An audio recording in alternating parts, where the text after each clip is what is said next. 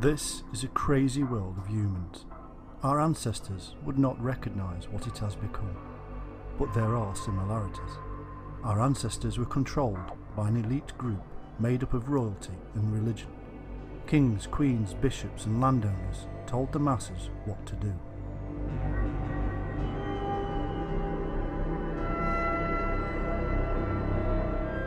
Amazingly, very little has in fact changed.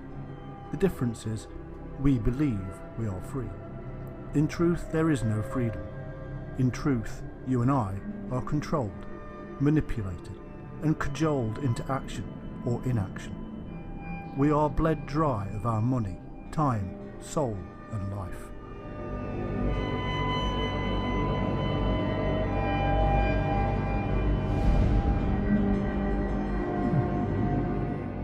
We are still forced to fight the good fight for our masters, and we really do think we have decided to do so. There is no choice, there is only control. Prepare to open your eyes to the world of social media, news sites, marketing and propaganda that makes you live the life you do. Yes, they are controlling our minds.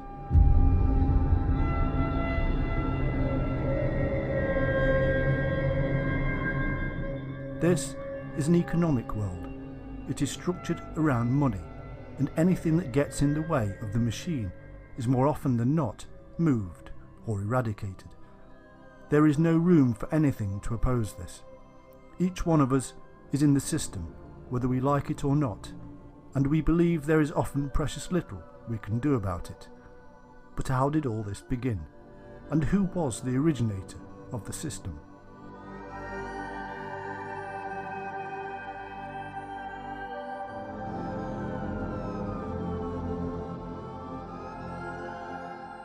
In the beginning, mankind was nomadic. For a period so long that it staggers the mind, we travelled along coastlines, around lakes, and traversed river systems. We simply could not travel across land because most of it was covered in trees and vegetation. We did so purely to hunt and collect foodstuffs, and then return to our boats. This is the way and form mankind evolved his mind over vast periods of time. We were in tune with our needs and nature's larder. We followed herds as they migrated. We knew which plants were safe to eat, and we only took what we needed because we simply could not carry an overabundance of produce. All the anthropological evidence reveals that mankind was more peaceful and even lived longer lives than his later descendants who would settle down.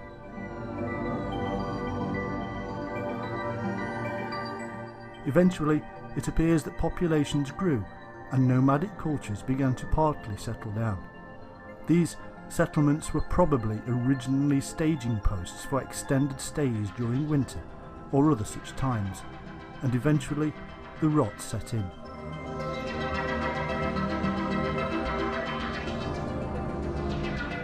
Remaining in one location for extended periods brought with it all manner of problems. Firstly, it brought the need to cultivate the land and to store provisions, because the animal larder would carry on moving and natural vegetation would carry on and follow the seasons. Secondly, it brought disease because of human and animal waste and all kinds of other filth.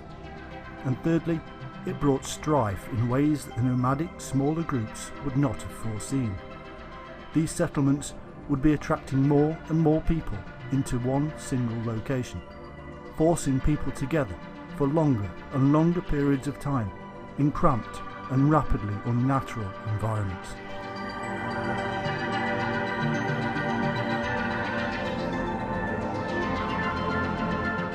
Mankind was growing apart from nature and had to learn a whole new set of skills, from building to being more socially oriented.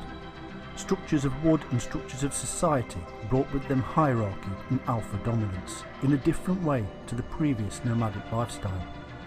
Groups were now bigger, and so conflicts between those who would be in dominance would have been more frequent. But it was too late. The old ways were rapidly being forgotten. It is amazing how quickly the skills of the past generation can disappear. For example, today There are people who do not even know how to cook because their lifestyle has simply never called for the skill. We are constantly battling the balance between the income stream and the spending stream, and we find very little room for such trivial matters as cooking, let alone time for our children. But cooking is only one of the many skills that we are losing due to mass production of ready-made meals and lifestyle habits.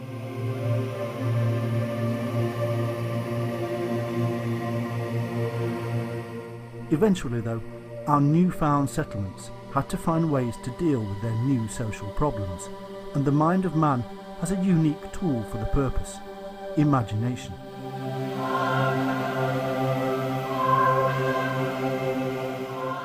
Man developed from within his own imagination new social structures of tribal leadership, and those who had maintained or learned new skills important for the group would become dominant. This is no different today, because those who can control likes and followers on social media are all powerful, rich, and more often than not, paid for by corporate or governmental entities.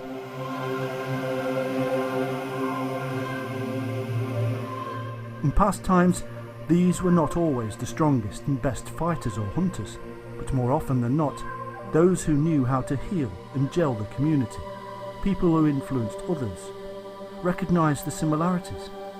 We call these people of the past medicine men, shaman, and latterly priests.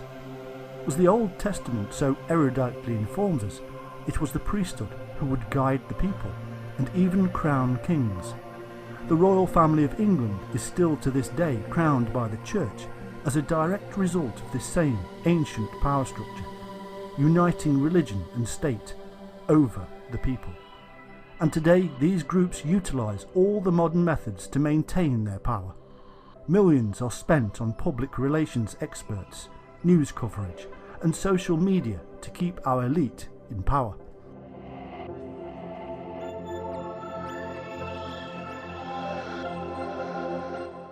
With this new advent of power came many new ways of manipulating the growing masses, who were herded into the new imaginative religious structures and given rules in the form of dogma, doctrine, and tradition. Now power was from the gods, and nobody could argue with such imagined power.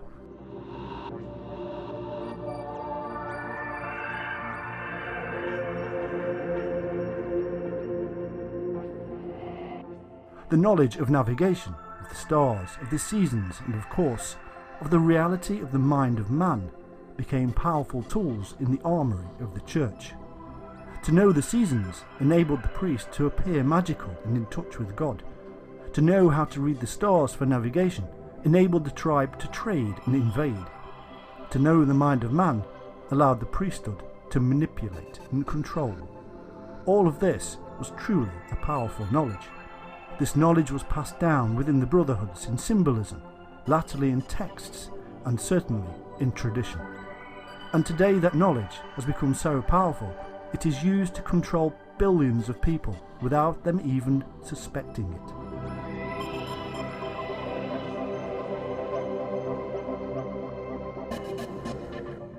Tradition is a powerful tool used by these power brokers. It brings security in the mind. It is not simply something we imagine our grandparents had. It is not just something these stuffy-looking pompous Englishmen reenact every day in Parliament, or that wonderfully colourful changing of the guard outside the gates of Buckingham Palace. Our English term, tradition, comes from traditio, a Latin word meaning the delivery of doctrine and surrender.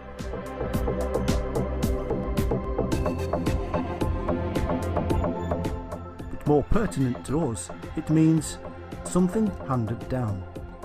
There is depth here, as many will know, for this something handed down is not just the old pocket watch our ancestors sported in the 19th century and has been passed down from one generation to another. No, tradition is also the continuance of something much more profound, much more in tune with the long-standing control within an elite group. In the very first usage of the word, we find that it was in fact used for the passing on of doctrine and religious dogma. a sacred act itself, and something which became symbolic. The word sacred itself comes from Old Latin sacares, meaning to bind, restrict, enclose, and protect.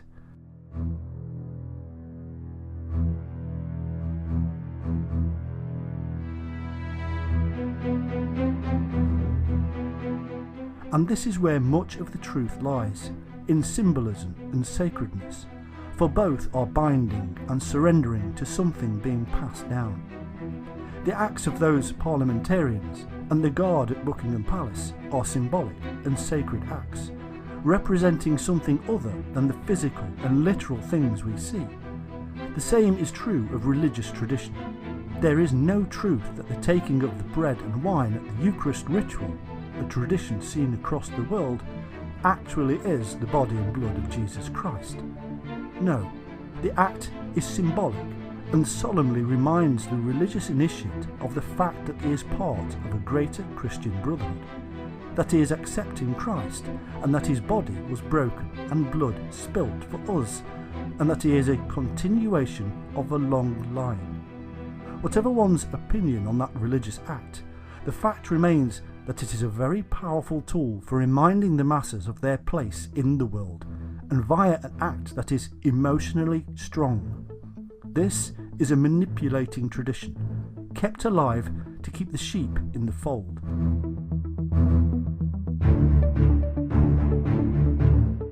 Today, new forms of tradition and sacred acts are used. Take a seat in any coffee house and look around. You will see dozens of people staring into their phones, checking their social media accounts, keeping up with their peers. It is a new tradition, forming before your eyes. People looking intently at new stained glass windows of control and manipulation.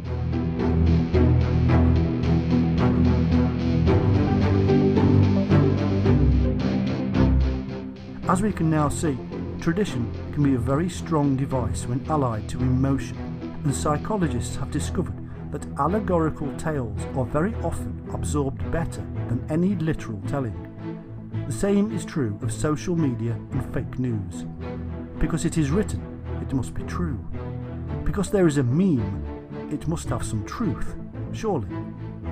In this allegorical or symbolic respect, there are other words that also relate, and of which we should take note. These words are now often hold mystery to us because we have lost the meaning of them, as we have all too often lost the meaning of tradition.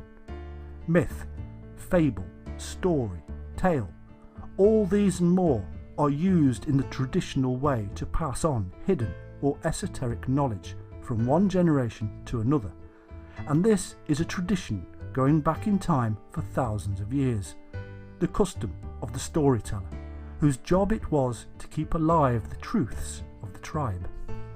From the medicine man and shaman to druid, Brahmin and later Catholic priest, we have entrusted our social history and religious emotional beliefs to the wise man of the tribe. Today we have these tales being given to us in films, TV shows and even games. All of these are paid for and formed by people who have vast sums of money. They utilise these methods to continue their power over us. They tell us tales that back up the fact that they are right and everybody else is wrong. We are fed tales of the evil East and the nasty religions who mean to do us harm. And we soak up these stories into our soul, and we learn to yield our freedom to the machine.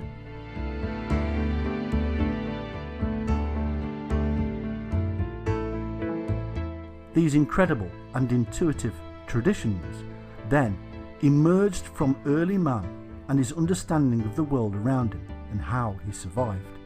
But all was not well in mankind's early settled Edens, and differences of opinion would often arise between settled groups or tribes, and not least of these differences was jealousy.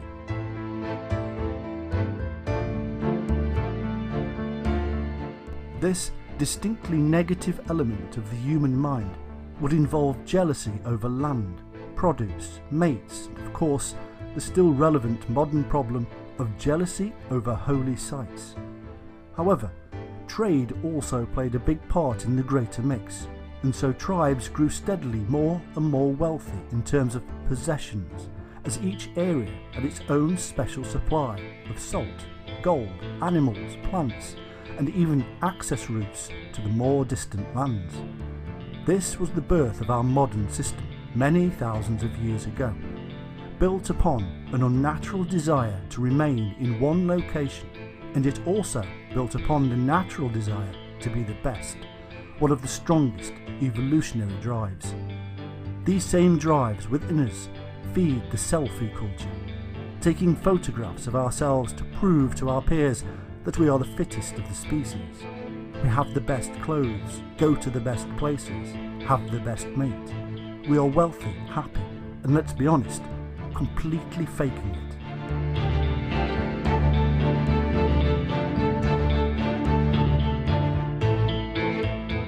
Settlements of old eventually became trading posts for vast quantities of goods, and demarcation of roles emerged with blacksmiths, farmers, potters, and all manner of other roles. Trading went on like this for millennia, with the priesthood often controlling the process and growing in power themselves as their communities prospered. They would take a percentage of the produce and offer it to the gods in order to maintain the weather and good fortune of the tribe. Of course, there were no gods, and so the real offerings simply went into the coffers of the ruling elite. The greatest of gods, the sun, would be worshipped and aided in its journey to reappear the following day. It was the giver of life and the destroyer. It mirrored the duality in the mind of man himself, and so we are formed in his likeness. We were solar beings, formed and given life by the power of the golden orb, and nothing became more important than ensuring its daily and yearly cycles. The priests of this great power were the alpha males, the medicine men or shaman of earlier times. It was they who gave authority to the king or pharaoh, who himself must be the son of the sun on earth. He was the marketing tool of the priesthood, and history is awash with the violent downfalls of the solar king when he stepped out of line and upset the priesthood. Markets emerged near or even in temples, and bustled with people and produce of the wider world. Social commerce also emerged as priesthoods shared or traded knowledge with other cultures, and soon belief systems across vast continents had little to set them apart.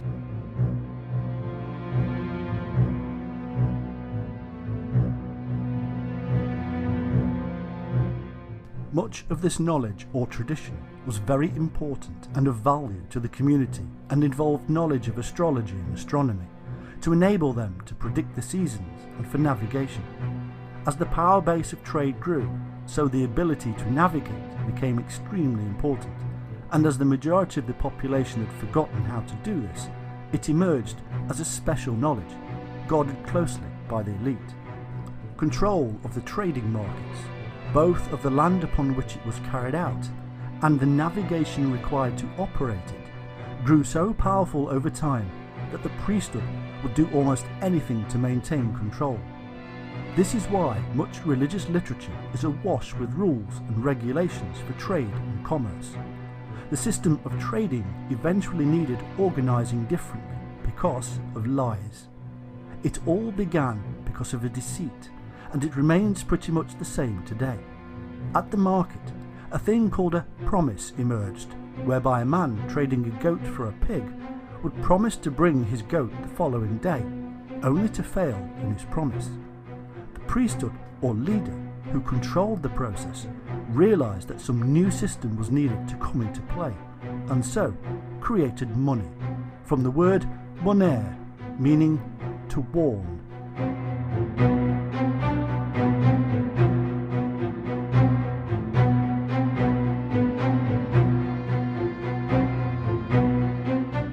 This new money was very cleverly based upon the gods themselves, adding incredible weight and fear to the promise. Gold was manifestly the solar divinity, the sun, and silver the lunar deity, a mirror of the sun. Handing over a symbolic representation of the gods was a powerful promise, and the gods would know if you reneged on your promise. The church itself backed the promise, and so became the bank. Power was well and truly in the hands of the few, and the rest of us simply had no choice but to conform. This situation is almost unchanged, and today many banks are at least still partly owned by various churches, not least of which is the Catholic Church. Our lives are still, and more so than ever, run by money, and we have no choice but to live in a world of commerce. Every day we hand over our images of the solar deities, which are no longer even real gold, but instead are promises of gold. There are more promises of gold in the world than there is gold, and so the system, created because of lies and deceit, is itself a total lie. But it is the system we live in, and individually we must make our own decisions on how to do so. But there is more deception than we know, and it is to these we must now turn. From the moment we wake up to the moment we fall asleep, we are subjects of a massive machine. We are plugged in like a light that is only alive and lit by the machine, and because of this we no longer know how to shine for ourselves.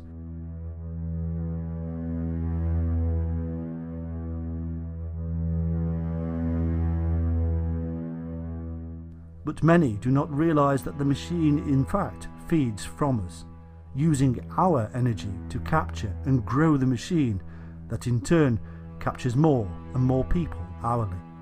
We are all, in one way or another, slaves to the machine. We have seen how money enslaved us because of the lie and deceit of man, and how power was built and maintained by the few over the many.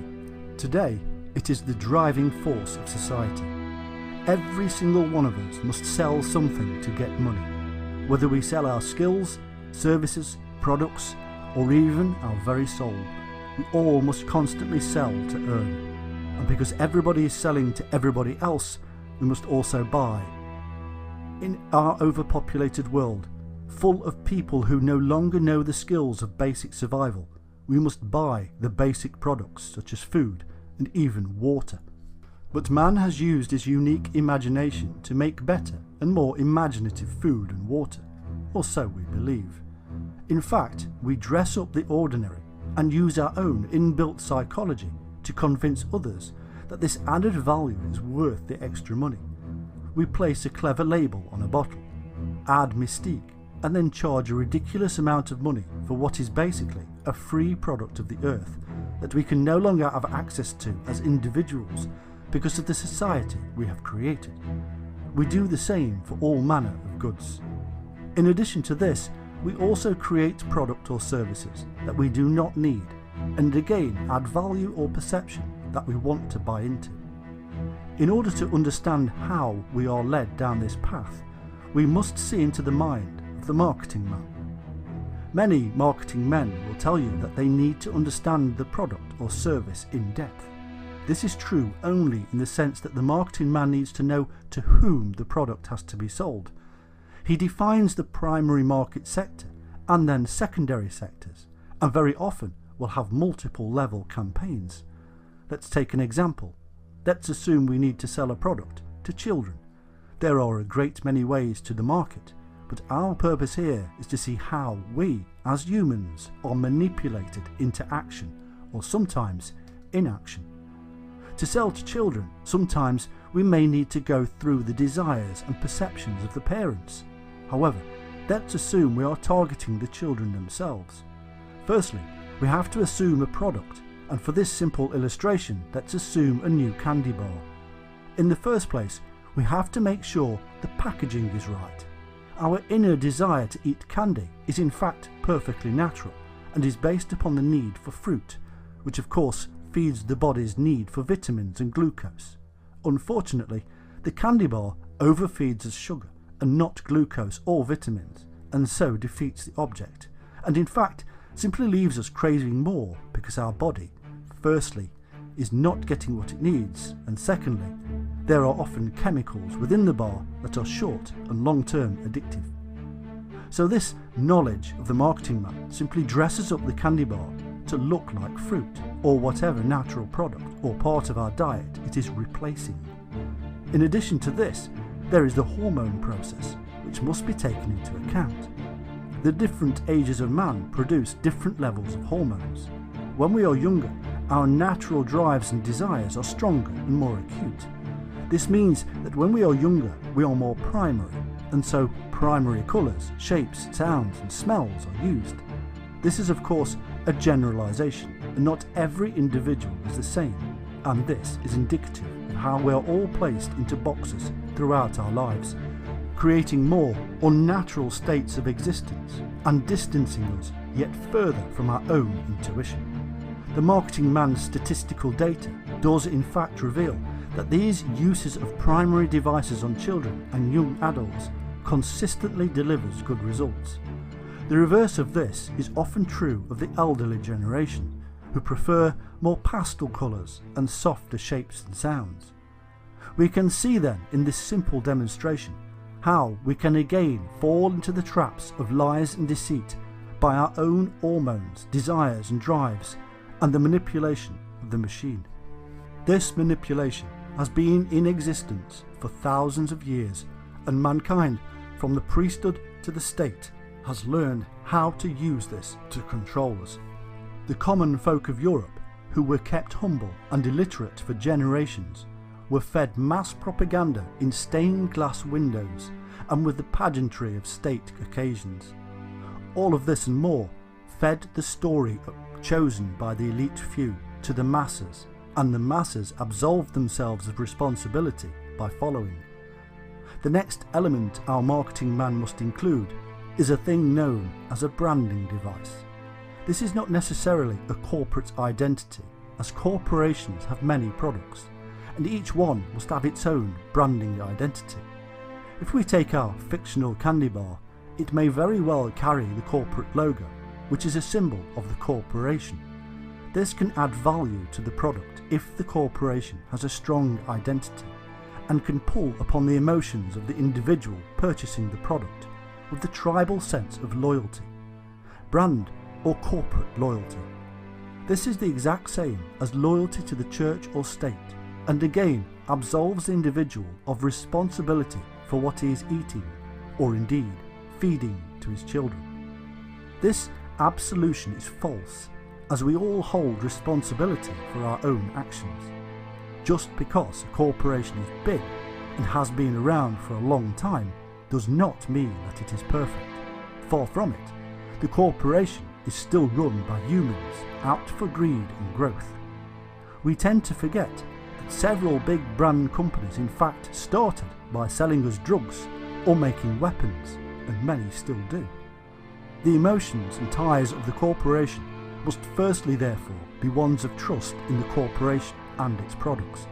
Any corporation that loses this trust factor is on a slippery slope and will have to go through a period of self-recreation in the marketplace to re-establish itself or even rebrand itself. One thing corporations, states and religions fear the most is the powerful word of mouth, which spreads bad news on the devil's radio of gossip like wildfire. This is the power of the individual against the control of the few, and is one reason that corporations attempt to appear under a disguise and therefore independent on the internet. A great many of the rebellious social media sites are in fact controlled by corporations and even government. In this way, they can control the minds of rebellious-minded people and guide them in specific directions. They can also monitor and collate information of people who might cause trouble. Once we have a strong corporate identity, we must then brand the candy bar dependent upon the selected marketplace. Some candy bars are in fact retro-branded to attract both children and the sense of history and tradition embedded in the older generations, allowing the person to recapture their youth, a time always emotionally tied and often imaginary.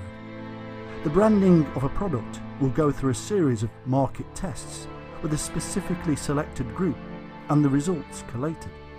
This may happen several times, but in each case the marketing man will be looking for emotional results. This all pulls upon our deepest desires, and nothing is stronger than the utilisation of emotions. Religion, politics, and corporate greed has used emotional responses for an awful long time. In the end, marketing is about the psychology of man, and whoever best understands the mind of man will succeed in the financial stakes. Once the product has been branded and packaged according to all these criteria and more, the next step in the game is to convince the general public and the specific market sector to purchase the product. And in order to do this, we have developed a very simple structure that utilizes our own psychology. Whether the launch of a product or a service is to be via advertising, press release or some other means, the actual method is the same and again is based upon perfectly natural desires. The process is called AIDA. The A stands for attention, and this is simply the method of attracting our attention in any way possible. In a press release, we have only a few seconds of the editor's time to attract his or her attention. This is an art, and the press release author must have their finger on the pulse of human activity. For instance, let's assume that we branded our new candy bar the Da Vinci Code Choco. The best time to release this would have been at the height of the Da Vinci Code phenomenon.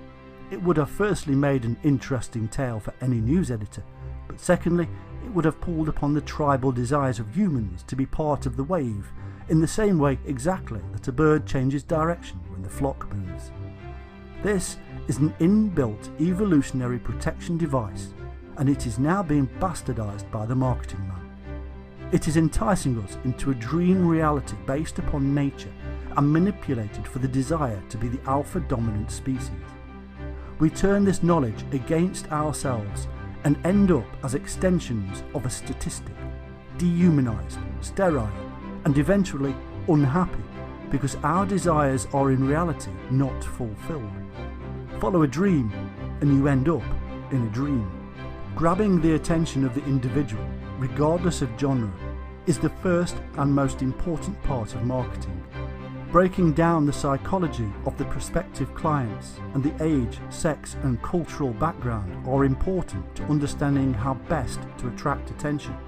For instance, with children, we use vibrant colours, primary shapes, fresh and enticing smells, and modern, catchy music and sound bites. With the eldest generations, we use pastel shades of colours, smoother shapes and retro smells and sounds. The reason for this is simple: hormones. The hormones of the individual change as time passes from strong to weak, and these affect our likes and dislikes. From teens to middle ages, there is a stronger sexual drive, and this also comes from hormones. Attention is more than just a TV advert or a brochure. It is also about social media. And on these sites, marketers have anywhere between 2 to 5 seconds to grab attention, and so they have to use clever techniques. Older generations are more canny and less likely to give you time. Younger ones are a little more gullible and may give you a little longer, although in all cases education and cultural backgrounds come into play. One of the best ways of grabbing and keeping attention is to ask questions, because everybody likes to talk about themselves, and social media is all about interaction. A really great social media post gets liked and shared because people want to associate themselves with it.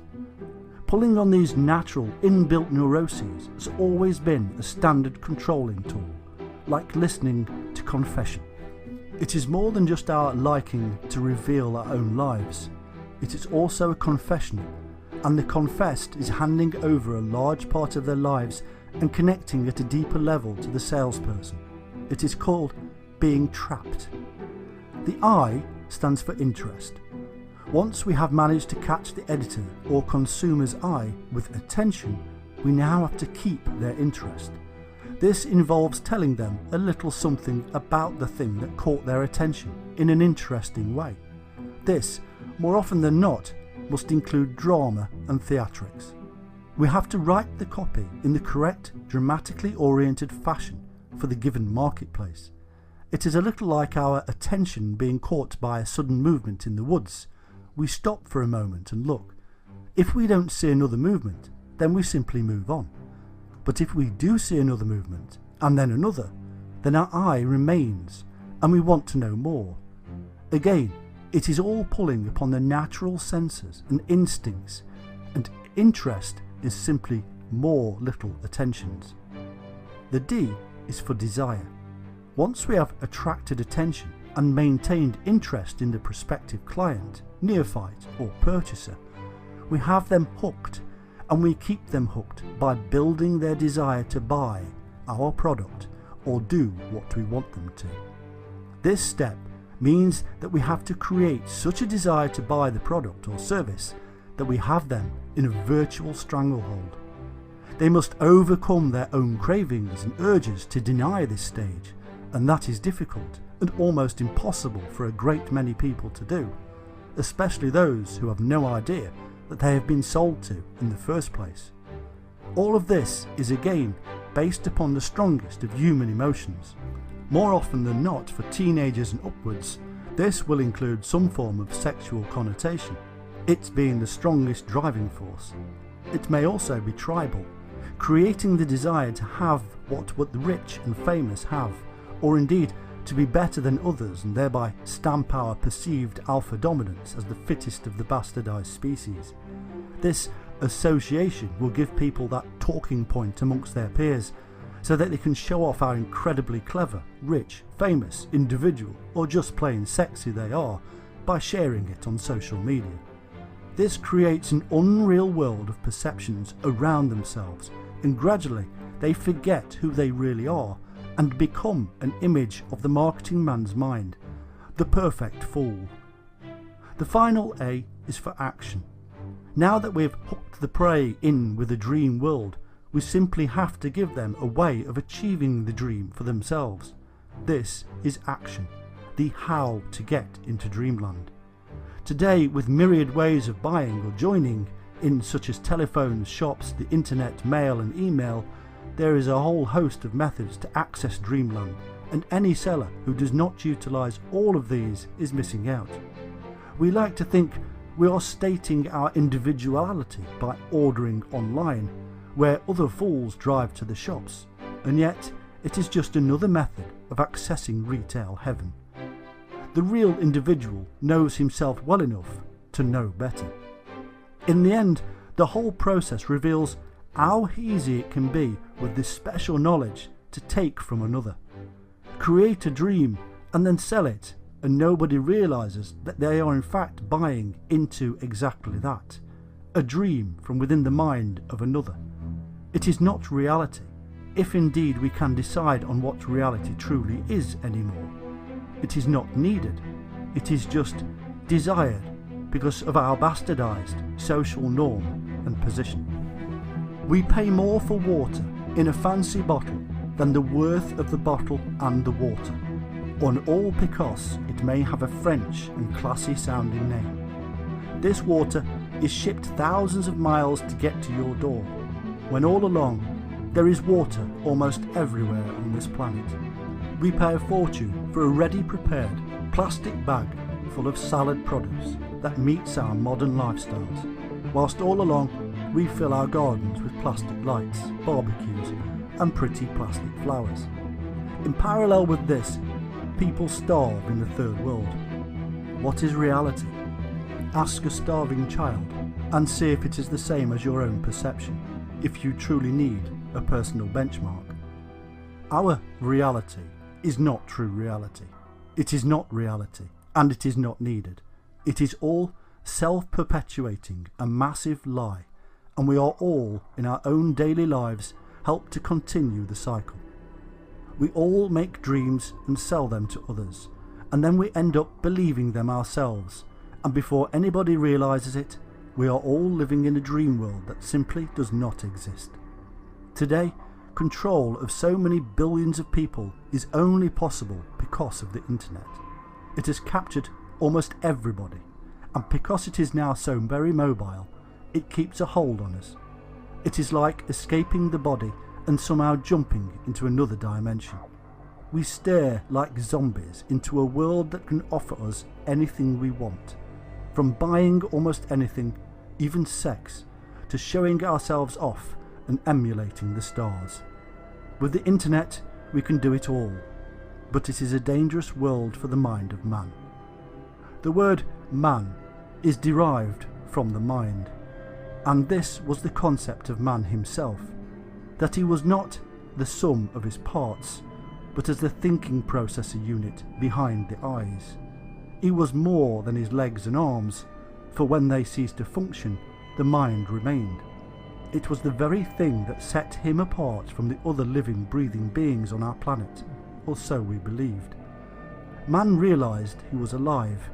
He realised that he existed, had joy, worry, fear. He began to set the world in order, and suddenly the planet and the universe itself existed because we conceived of it. This separated us from the rest, not just in terms of how we thought, but we even physically began to lose our connection. The anxious element of this situation gave us responsibility for ourselves, and ever since this fear emerged, man attempted to replace it with the concept of deities, an attempt to remove responsibility for our actions and indeed our thoughts. We were so thankful for this weight off our shoulders that the religious authorities grew at an alarming rate, utilising this fear against us and growing more. Even now, in the 21st century, all our sins can be taken away by the Saviour gods. These sins are caused by the parts of the mind that shadow us, the other side that we mostly attempt to ignore. Yes, all of us do this.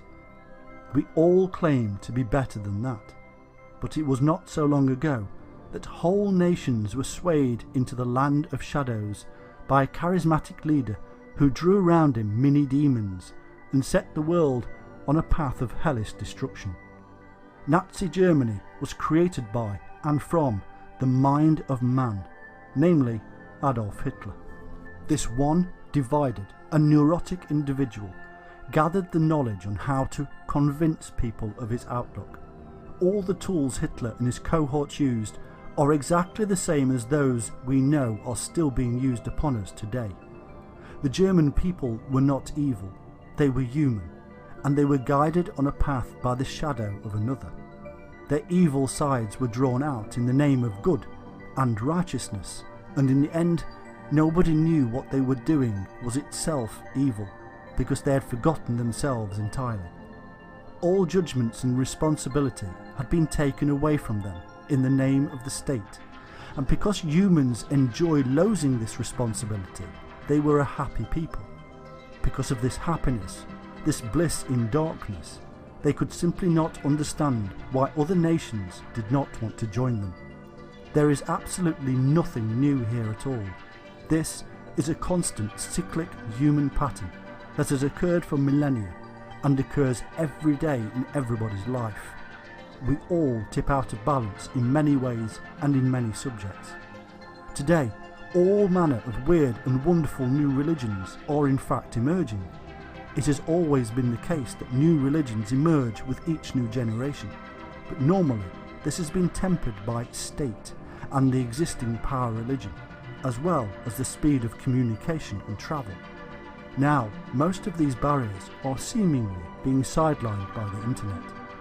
In the same way that an original leader, mystic or prophet of the past would spread the word of his or her supposed enlightenment, today the individual prophets of the world have a unique outlet. They no longer have to gather forces in localized towns and villages and ask apostles to spread the word.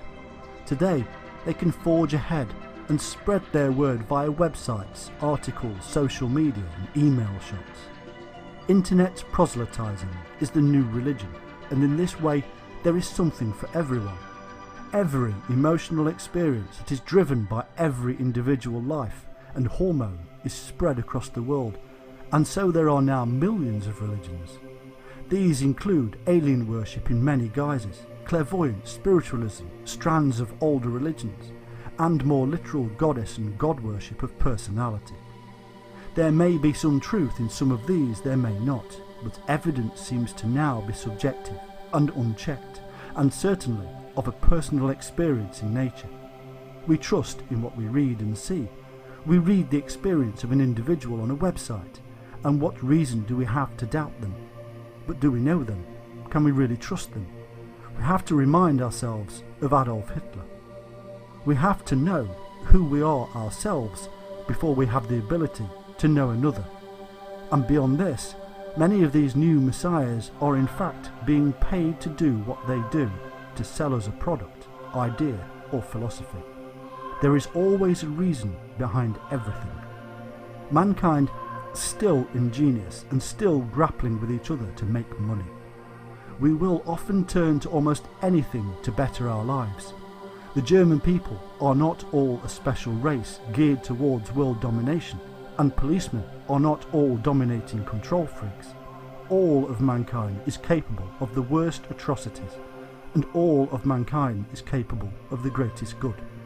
We are two in one, divided and confused. But when we come together, we can be very bad or very good.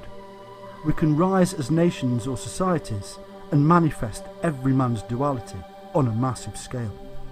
This is why too much power in the hands of one man is dangerous, because it is not tempered by extra minds, and so, like Stalin, Hitler and a whole host of other dictators from the past, the many can fall under the magic of the one and be destroyed by the one.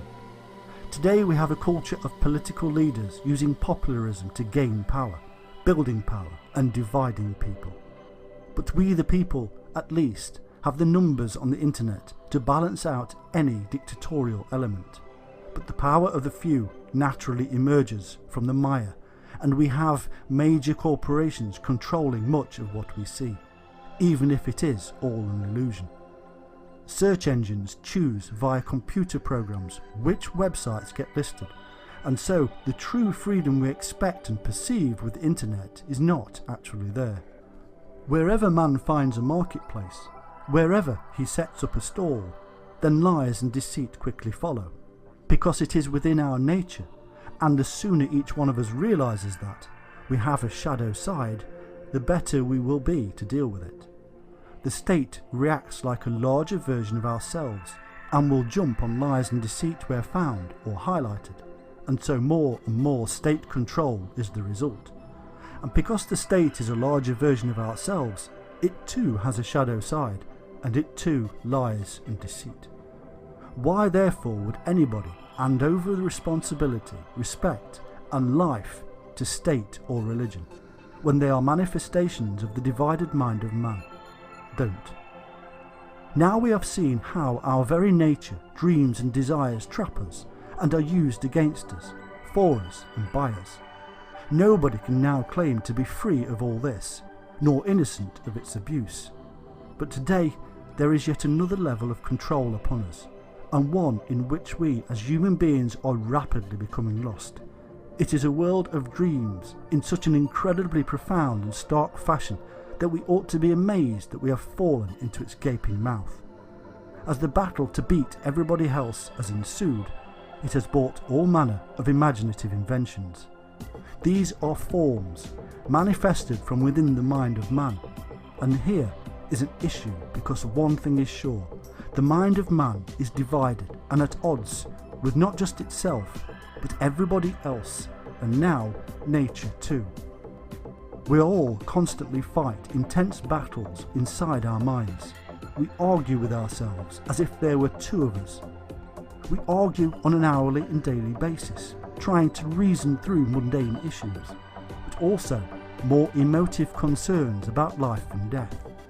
We worry about loved ones. We have to come to terms with the fact that we think of ourselves as gods, and yet we suffer and die like mere animals. Imagination has again stepped into the breach, and we have fed ourselves yet more lies and the age-old extension of our own ego, God, as an answer to the dilemma that we may not in fact be the most important thing on the planet. All of this is a result of our divided minds, and we are deluding ourselves with all manner of answers, which never quite seem to fulfill us and close the divide.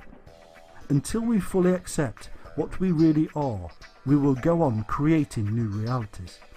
This has been true of mankind for millennia, and certainly true of him when he settled down into communities. The technologies of today are in fact taking us further and further away from reality and more into the dream state than ever before. Billions of children around the world are being fed unrealities by computer games. They live out their precious lives in a world that is not real, whilst mum and dad spend every waking moment battling and selling to pay for the products of the delusional world. This causes yet more division within each mind, but also within the family unit. And because all of this is an illusion, not one of them is truly fulfilled, and so the family eventually breaks down, and division in the form of divorce often occurs. The child is only being prepared for one thing: a life of exactly the same as his parents, a treadmill of buy and sell and lack of self-knowledge. Instead of learning the simple basic skills of life and love, children today are taught how to manipulate the illusionary world of computer screens, moving imaginary characters around, killing and maiming the enemy, which is normally some politically propagandized and illusionarily evil role model. Most people do not realise the incredible amounts of money made from the multi-million-dollar worlds of illusion, but they also don't realise the propaganda content is immense. In fact, there are many games strategically funded by governments and other agenda-driven authorities and organisations that are specifically written to suck in the minds of the youth into particular ways of thinking. This creates masses of later, controllable young adults for the financial war machine and good voters who are now loyal to the cause.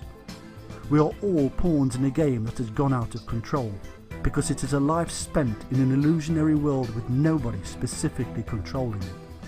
We all make assumptions about our leaders, peers, corporations, state and religion, and yet, all along, they are making assumptions about us. Nobody is in control anymore, for nobody ever was. It is simply all the world of a dream state, created over time by one thing and another, without a goal or purpose other than bastardized functions of the evolutionary mind. Now we have a world of technology that is overtaking us, and we have to somehow try to keep our heads wrapped around the lightning speed with which it moves. With mobile phones we can in fact take this world of illusion with us anywhere we go. There is no escaping this phenomenon, because the human tribal instinct to be as good or better than everybody else and to be accepted in our society forces us to participate. And so, technology, like everything else we humans create, is truly an extension of ourselves, and it is yet again a world of falseness, covering up the real mess we are in. The truth is that the technology we created with all good intention is now driving us, and we have become extensions of the machine itself. These leaps in technology are part and parcel of the human evolutionary cycle, from the flint spear to the space shuttle.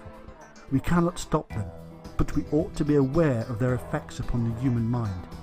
The lesson to learn is that just like the Frankenstein monster, it is a mirror of ourselves, and it is destroying the very essence of what we are.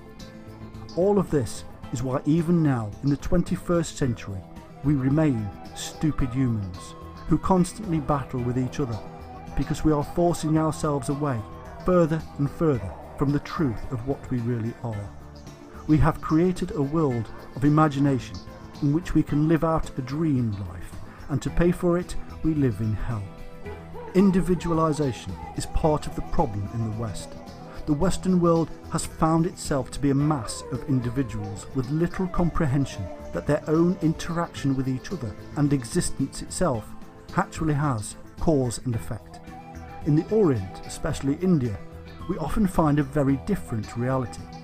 Here we find that dark and light are not separate entities, but actually coexistent realities, and that extends to the human too. Just as their myriad gods are not separate entities, but actually manifestations of the oneness of all things, they simply have different faces and forms, and so mankind is also a reflection of nature itself. In this way, in the East, man is part of nature, not subject to it or master of it. As a consequence, he is part of the collective soul, conscious nature, walking and talking. Much of the blame for the West's disassociation from nature can be given to our modern form of Christianity, and our version of science. To those in certain schools of esoteric thought, highly influenced by Eastern concepts, science was a method of understanding nature better for the good of the whole. It was a way simply of becoming conscious of nature. Today, we have more often than not reduced science to a means of making yet more money, and Christianity itself was reduced from its original Gnostic and therefore Eastern concepts to an empirical law-making power. Divide and conquer was the mantra, and so mankind's own mind was divided not just from another's, but from the very concept of oneness with nature. This division has left behind a stark emptiness that simply cannot be filled with the materialism our modern society has replaced it with. The many faces of God, nature itself, cannot be replaced with the many faces of the Hollywood deities, no matter how hard we try. The world is at a point of crisis, and the choices we have given ourselves are not attractive. On the one hand, we can embrace the materialism and power games of the darker nature and accept that this will entail yet more misery for millions, and on the other, we have to lose that self we have become accustomed to in order to discover a more real self that is one connected to nature. The self we perceive is in reality a self dealt out to us via propaganda and mind control. It has become a massive and unwieldy machine which creeps across the world in an almost unstoppable force. It is only unstoppable because we allow it. The answer is simple. It is so simple that it cannot be understood easily by the minds of those confused with technology, materialism, and false doctrines of controlling religions and organisations. There is only one way to come to a full realisation of the truth, and that is to free the mind of all the absurdities that lie above and beyond simple survival. These were the truths passed to us from ancient times via the Gnostics and others. They found a home in India and the East. They lived for millennia in Egypt. They survived Christianity's onslaught under the cloak of alchemy, and today it is time for mankind to rediscover these truths. Only by freeing the mind can the whole realization come through that we are part of nature, not separate from it. Only by understanding science via this intuition can we truly do science. If we overcomplicate nature with our words and devices, then we lose the path. So what is this nature? Hermann Hesse, the Nobel Prize-winning writer, said, "It is wrong to think that nature is the enemy of man, something to be conquered. Rather, we should look upon nature as a mother and should peaceably surrender ourselves to it. If we take that attitude, we will simply feel that we are returning to the universe as all other things do, all animals and all plants. We are all just infinitesimal parts of the whole. It is absurd to rebel. We must deliver ourselves to the great current." And this current is key to understanding our part in the whole. We are beings of energy, empowered by energy into life from the spark of procreation, the union of opposites.